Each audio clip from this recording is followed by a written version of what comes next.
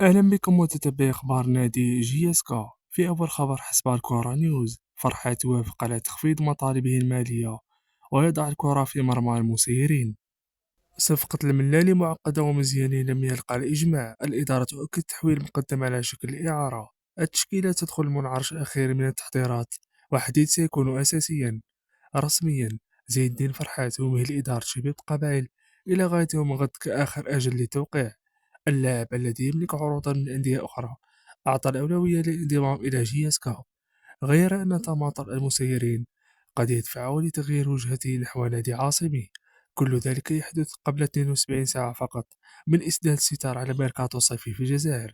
وحسب جريدة كومبيتيسيون، الملالي فرحات بوصوف لا جياسكا بريبار سي دارني كو.